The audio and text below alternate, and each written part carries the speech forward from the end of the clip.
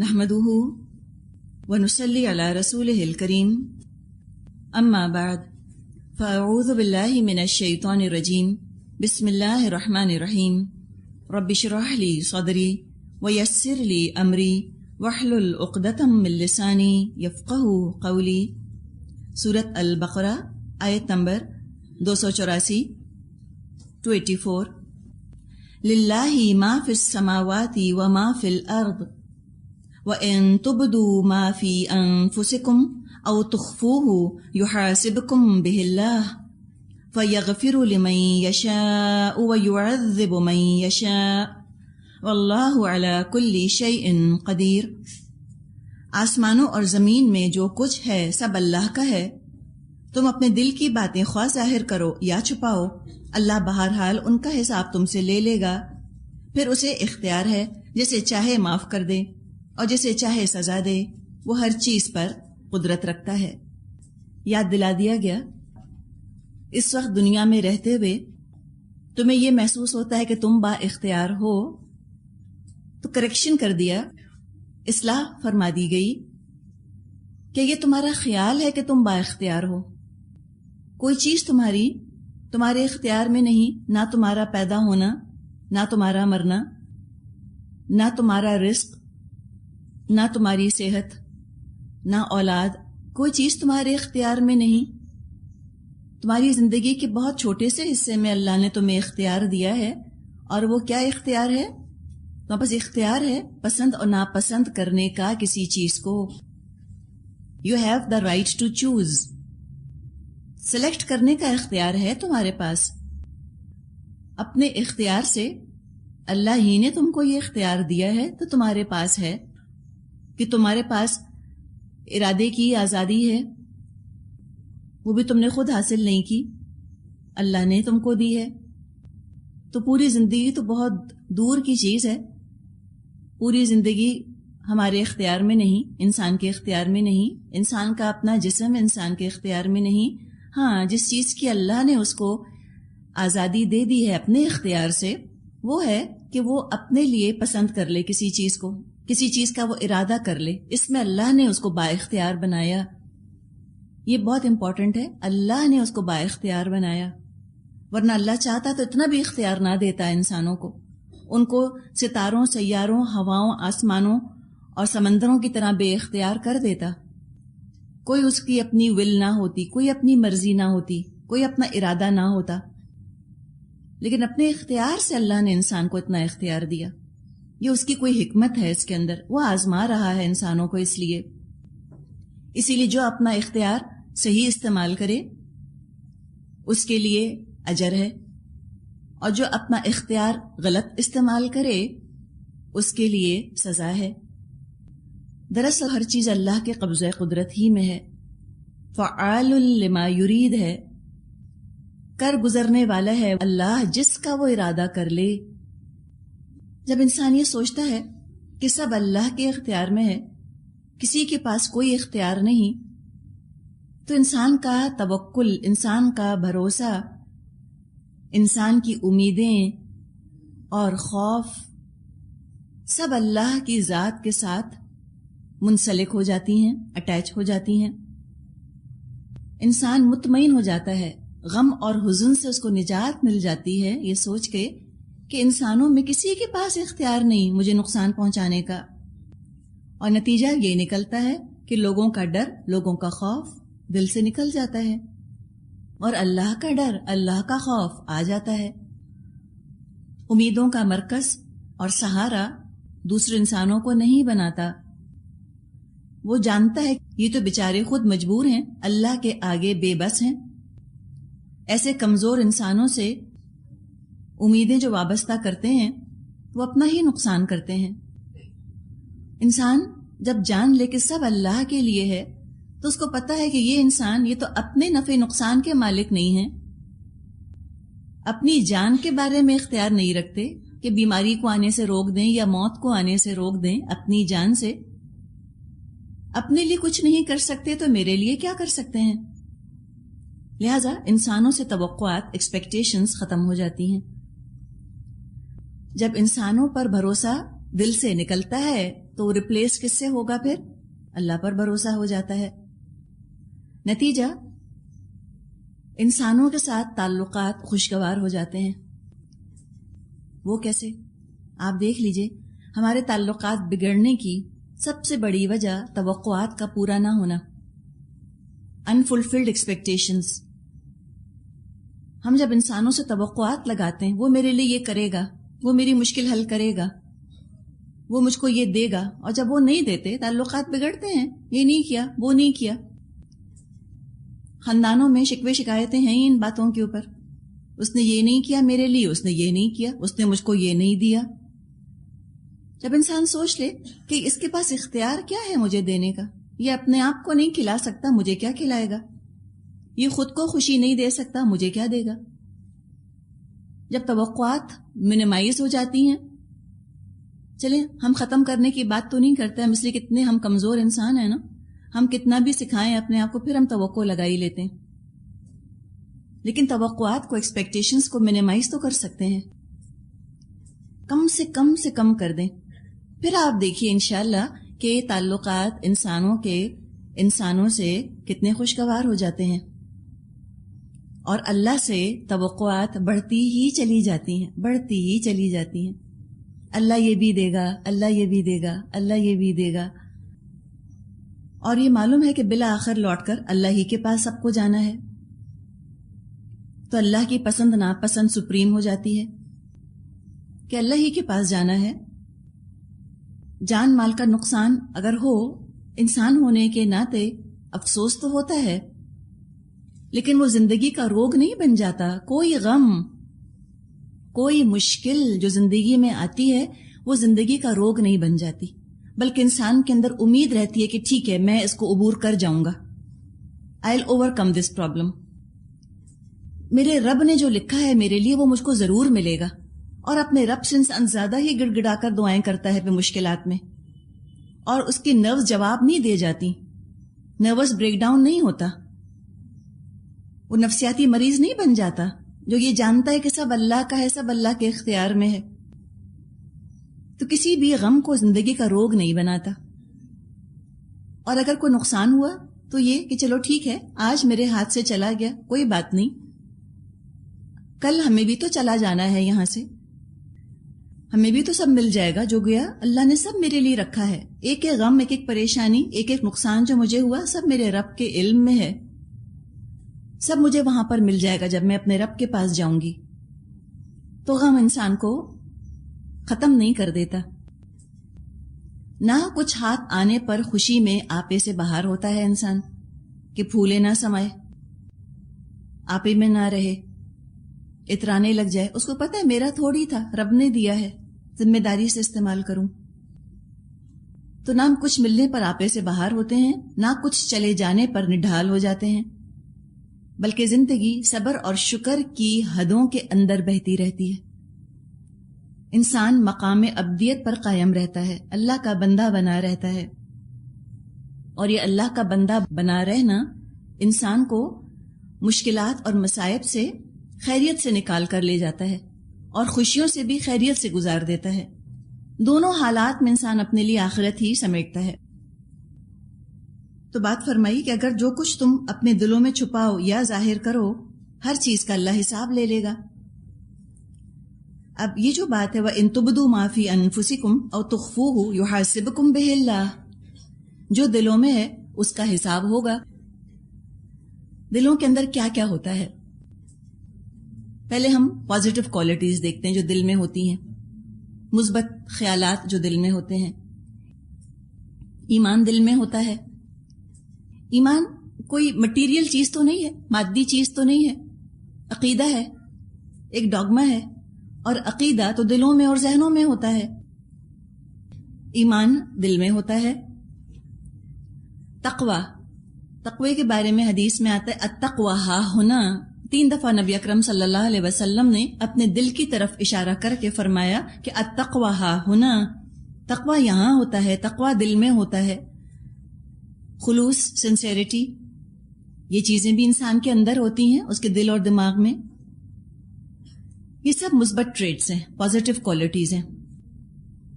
مثبت اقدار ہیں، یہ دل میں ہوتی ہیں۔ عمل کیا ہے؟ عمل نظر آنے والی چیزیں، آنکھوں سے نظر آتا ہے عمل۔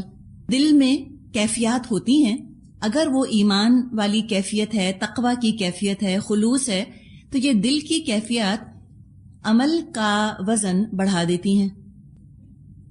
بہت چھوٹا سا عمل ہوگا لیکن دل میں خلوص ڈھیروں ڈھیر ہوگا، اس چھوٹے سے عمل کا وزن بہت ہوگا قیامت کے دن۔ یہ تو ہیں مثبت چیزیں۔ اب کچھ منفی چیزیں ہم دیکھتے ہیں، نیگیٹو ٹریٹس جو انسان کے اندر پائے جاتے ہیں۔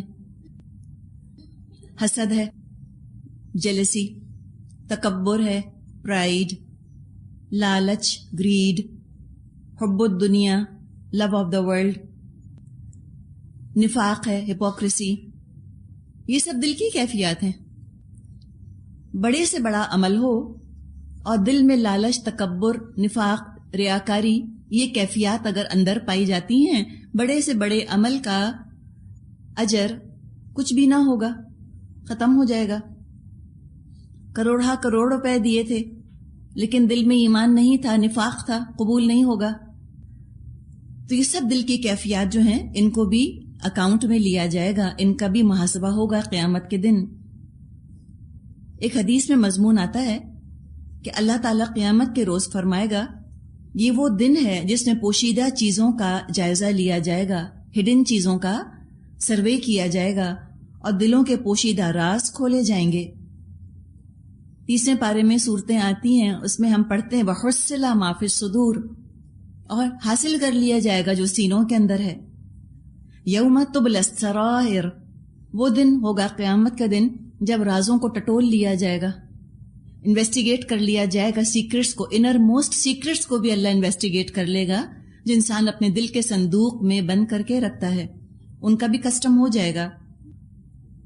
حدیث کنٹینیو ہوتی ہے، اللہ تعالیٰ فرمائے گا کہ میرے کاتب اعمال فرشتوں نے تو تمہارے وہ اعمال لکھے جو ظاہر تھے، اور میں ان چیزوں کو بھی جانتا ہوں جن پر فرشتوں کو اطلاع نہیں، اور نہ انہوں نے وہ چیزیں تمہارے اعمال نامے میں لکھی ہیں، اب وہ سب میں تم کو بتاتا ہوں اور ان پر محاسبہ کرتا ہوں، پھر جس کو چاہوں گا بخش دوں گا اور جس کو چاہوں گا عذاب دوں گا۔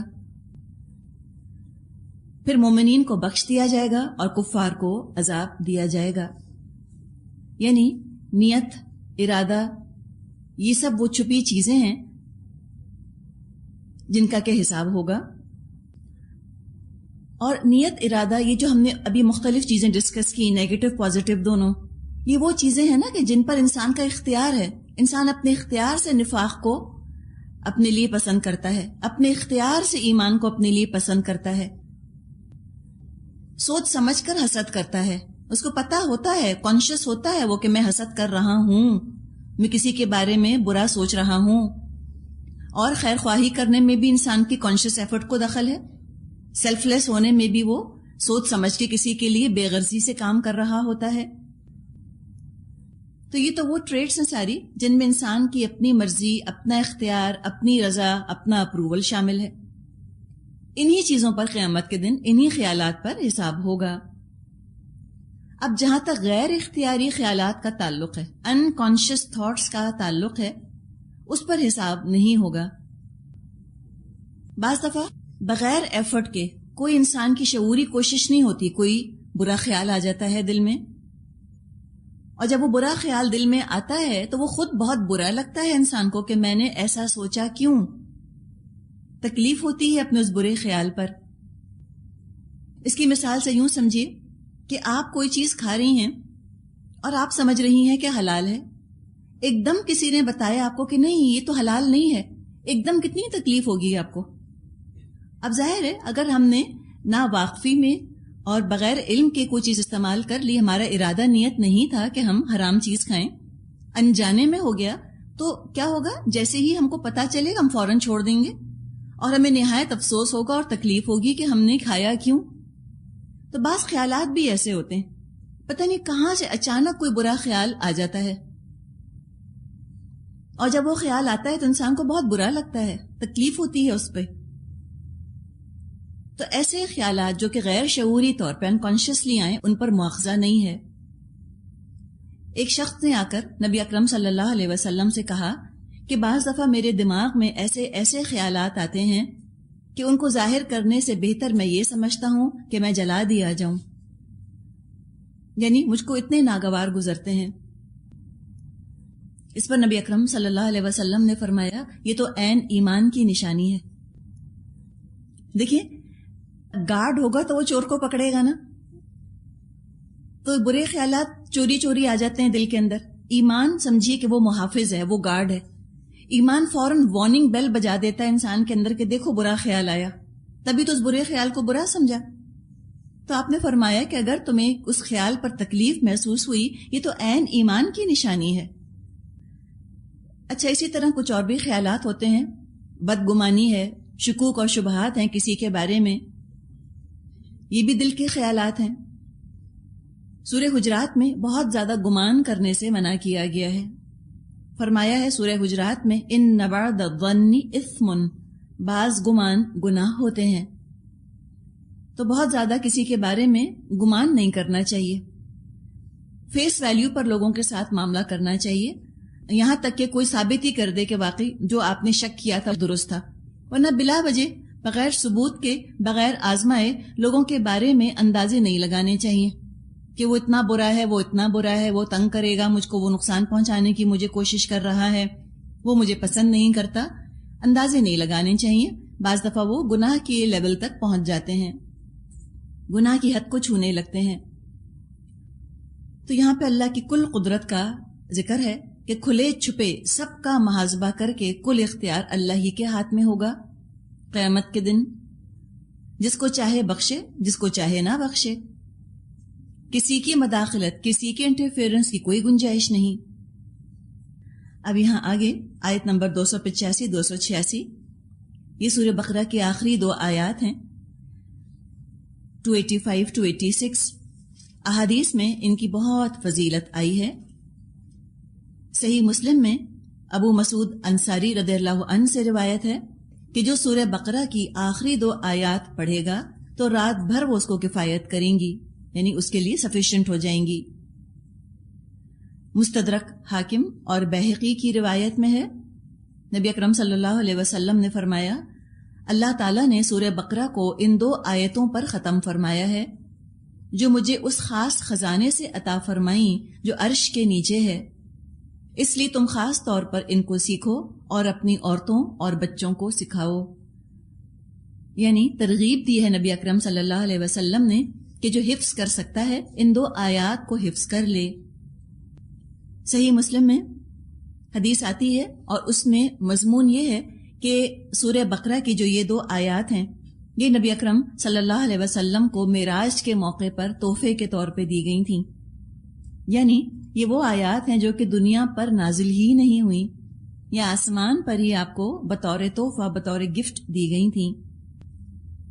فرمایا آمن الرسول بما انزل الیہ من ربہ والمؤمنون، رسول اس ہدایت پر ایمان لایا ہے جو اس کے رب کی طرف سے اس پر نازل ہوئی ہے، اور جو لوگ اس رسول کے ماننے والے ہیں انہوں نے بھی اس ہدایت کو دل سے تسلیم کر لیا۔ کتاب اور اس کی تعلیمات پر ایمان لانے والوں میں سب سے پہلے جس کا ذکر ہوا خود رسول صلی اللہ علیہ وسلم کا۔ بتایا گیا کہ اس کتاب پر سب سے پہلے ایمان لانے والے تو خود رسول ہیں۔ آگے ہم پڑھیں گے انا اول المؤمنین، میں تو اولین ہوں مومنوں میں سے، سب سے پہلے میں ایمان لایا اس کتاب پر۔ اس سے پتہ چلتا ہے کہ اسلام میں قانون کی فرما برداری، لا کی اوبیڈینس اور اطاعت کے معاملے میں بڑے چھوٹے سب ایک سطح پر ہیں۔ عام مومن کو جو کام کرنے ہیں، نماز، روزہ، حج، وہی تمام چیزیں رسول پر بھی فرض ہیں، انہوں نے بھی وہ سارے کام کیے۔ اب نبی اکرم صلی اللہ علیہ وسلم کے بعد کوئی کتنا بھی بزرگ ہو جائے، کتنا بھی ولی اللہ بن جائے، وہ رسول سے زیادہ باعزت، رسول سے زیادہ بزرگ، رسول سے زیادہ بڑھ کر ولی اللہ تو نہیں ہو سکتا۔ اس کا درجہ، اس کا سٹیٹس رسول سے تو آگے نہیں ہو سکتا۔ کوئی کتنا بھی بڑا قرآن کا عالم ہو جائے، قرآن کی ظاہری باطنی حقیقتوں سے واقف ہو جائے، جو ہڈن میننگز ہیں، جو مینیفسٹ میننگز ہیں، وہ سب جان لے، لیکن صاحب قرآن یعنی نبی اکرم صلی اللہ علیہ وسلم سے بڑھ کر تو شریعت کو نہیں سمجھ سکتا، قرآن کو نہیں سمجھ سکتا، وہ یہ دعویٰ کر ہی نہیں سکتا کہ میں نبی اکرم صلی اللہ علیہ وسلم سے زیادہ قرآن کو جان گیا۔ تو جب نبی اکرم صلی اللہ علیہ وسلم مستثنا نہیں، ایگزمپٹڈ نہیں، تو کوئی اور ایگزمپٹڈ کیسے ہو سکتا ہے؟ اللہ کے رسول تو آخری دم تک نماز پڑھتے رہے، تو بھلا کون دعویٰ کر سکتا ہے کہ اس کا درجہ اب اتنا بلند ہو گیا کہ وہ شریعت کی پابندیوں سے آزاد ہے؟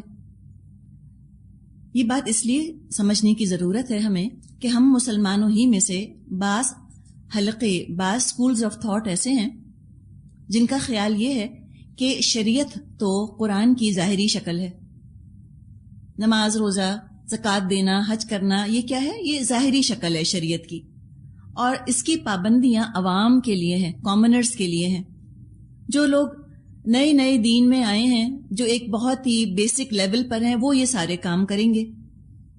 اور ان کا کہنا یہ ہے کہ بعض ایسے لوگ ہوتے ہیں کہ جو اپنا سفر شروع کرتے ہیں اس بنیادی سطح سے، نماز روزے سے، حج زکوٰۃ سے، پھر ذکر اللہ کرتے کرتے مختلف مراحل سے گزرتے گزرتے وہ اتنے بلند، اتنے اعلیٰ، اتنے عرفہ، اتنے مقرب، اللہ کے اتنے قریب ہو جاتے ہیں کہ پھر بڑے ہی خاص بندے بن جاتے ہیں اللہ کے۔ اور جب وہ اللہ کے اتنے قریب ہو جاتے ہیں کہ براہ راست وہ اللہ سے بات چیت کر لیتے ہیں، تو لہٰذا ان کو اب ان مشقتوں کی ضرورت نہیں ہے، ان ذریعوں کی ضرورت نہیں ہے، نہ ان کو اب نماز کی ضرورت ہے، نہ ان کو روزوں کی ضرورت ہے، نہ حج کرنے کی ضرورت ہے، نہ زکوٰۃ دینے کی، نہ باجماعت نماز پڑھنے کی۔ ان کا تو ڈائریکٹ تعلق اللہ سے ہو گیا۔ تو یہ ایک جو خیال ہے اس میں حقیقت نہیں ہے، غلط بات۔ اگر ایسا ہوتا تو اللہ کے رسول پر سے تو شریعت کی پابندیاں اٹھ جانی چاہیے تھیں، لیکن ہم دیکھتے ہیں کہ آخری دم تک آپ نے شریعت کی پابندی کی۔ آگے فرمایا کل آمن باللہ وملائکتہ وکتبہ ورسلہ، یہ سب اللہ اور اس کے فرشتوں اور اس کی کتابوں اور اس کے رسولوں کو مانتے ہیں۔ مکمل رسالت کی تعریف، رسالت کا ڈیفینیشن یہاں پر آ رہا ہے۔ کائنات کا مالک اللہ، اس نے فرشتوں کو منتخب فرمایا، اور فرشتوں میں سے بھی سب سے اعلیٰ فرشتے جبریل علیہ السلام، ان کے ذریعے سے اپنا کلام رسولوں پر اللہ نازل فرماتا تھا، اور لوگوں کو پتہ چل جاتا تھا رسولوں کے ذریعے سے کہ کون سے کام ایسے ہیں کہ جس سے میں اپنے رب کو راضی کروں۔ رب کی پہچان سب میں موجود ہے، انسانوں کے اندر موجود ہے، انگرینڈ ہے۔ رب کی طلب، اس کی محبت ہر انسان میں موجود ہے۔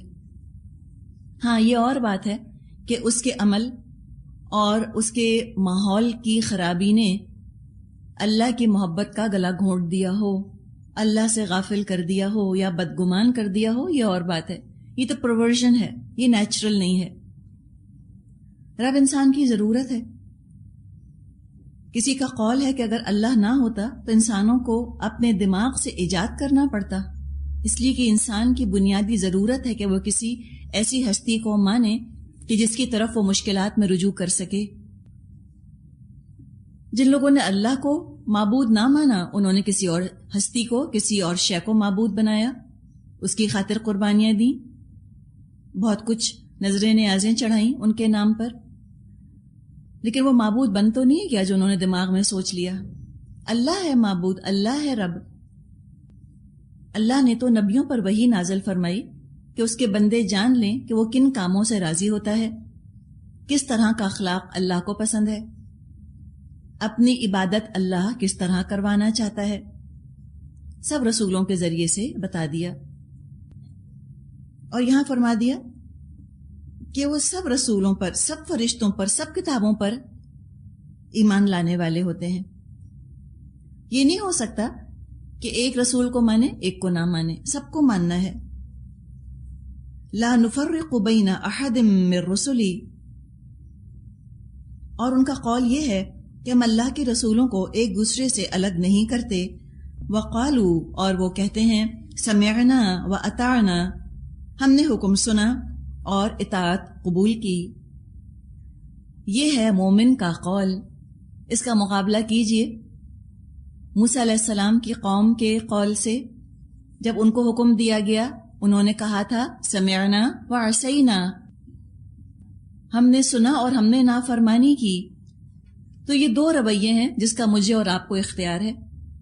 سمعنا یہ تو کامن ہے، سن لیا، سن تو سب لیتے ہیں. شاید ہی کوئی مسلمان ہو جو کہے کہ میں نے آج تک مجھ کو پتہ نہیں چلا کہ اللہ کون ہے، اللہ کی بات کیا ہے، اسلام ہم سے کیا تقاضا کرتا ہے. منیمم لیول پر تو سبھی کو پتہ ہے. نماز روزہ مثال کے طور پہ سمعنا، سنا تو سب نے ہے. اب آگے جو ہے رویے کے فرق سے درجوں کا فرق، لائف سٹائل کا فرق واقع ہو جائے گا، انجام کا فرق واقع ہو جائے گا. ایک سن کر کہتا ہے عصینا، ہم نے نافرمانی کی. ایک کہتا ہے اطاعنا، ہم نے اطاعت کی. تو یہ اطاعت کرنے والے کون ہیں؟ اطاعت کرنے والے وہ کہ جنہوں نے صرف کانوں سے نہیں سنا. سننے اور سننے میں بھی تو فرق ہے. کمپریہینڈ کر لینا اور لسن میں فرق ہے. لسن سن لیا، کمپریہینڈ کرنا سمجھ لینا یہ اور چیز ہے. اور سمجھنے کے لیے ضروری ہے کہ بات کو کانوں تک محدود نہ رکھا جائے بلکہ بات کو دل کے اندر اتارا جائے. تو یہ اطاعت کرنے والے وہ کہ جنہوں نے دل سے سنا، دل کے اندر اتار لیا اللہ کے اس کلام کو. محض کانوں سے سن لینے میں ضروری نہیں ہے کہ عمل تبدیل ہو. اپنی طرف سے بھرپور کوشش کریں گے کہ نیک نیتی سے عمل کر جائیں. ارادہ پورا کیا ہے سمعنا و اطعنا، یہ بھی بڑی بات ہے. اپنے اس ارادے کو حقیر مت سمجھیے گا، اس کو انڈر ایسٹیمیٹ مت کیجیے گا.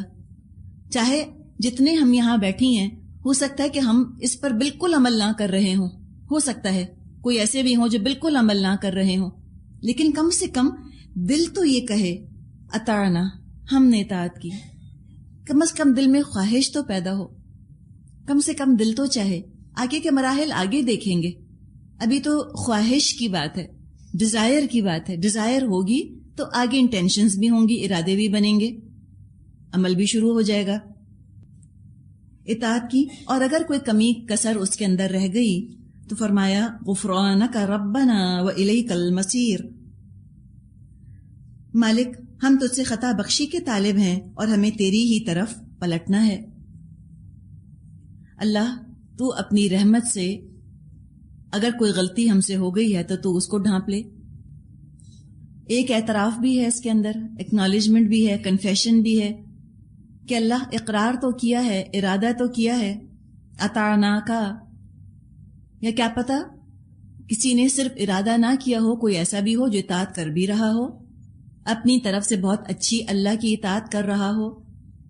لیکن یہاں پھر اس کے اندر اس کمی کا اعتراف ہے کہ اللہ اطاعت کر تو رہے ہیں لیکن ویسی اطاعت نہیں کر رہے جیسا تیرا حق ہے. لہذا تیری ہی دامن رحمت میں پناہ تلاش کرتے ہیں کہ تو ہماری کمی کوتاہیوں کو ڈھانپ لے. غفرانک،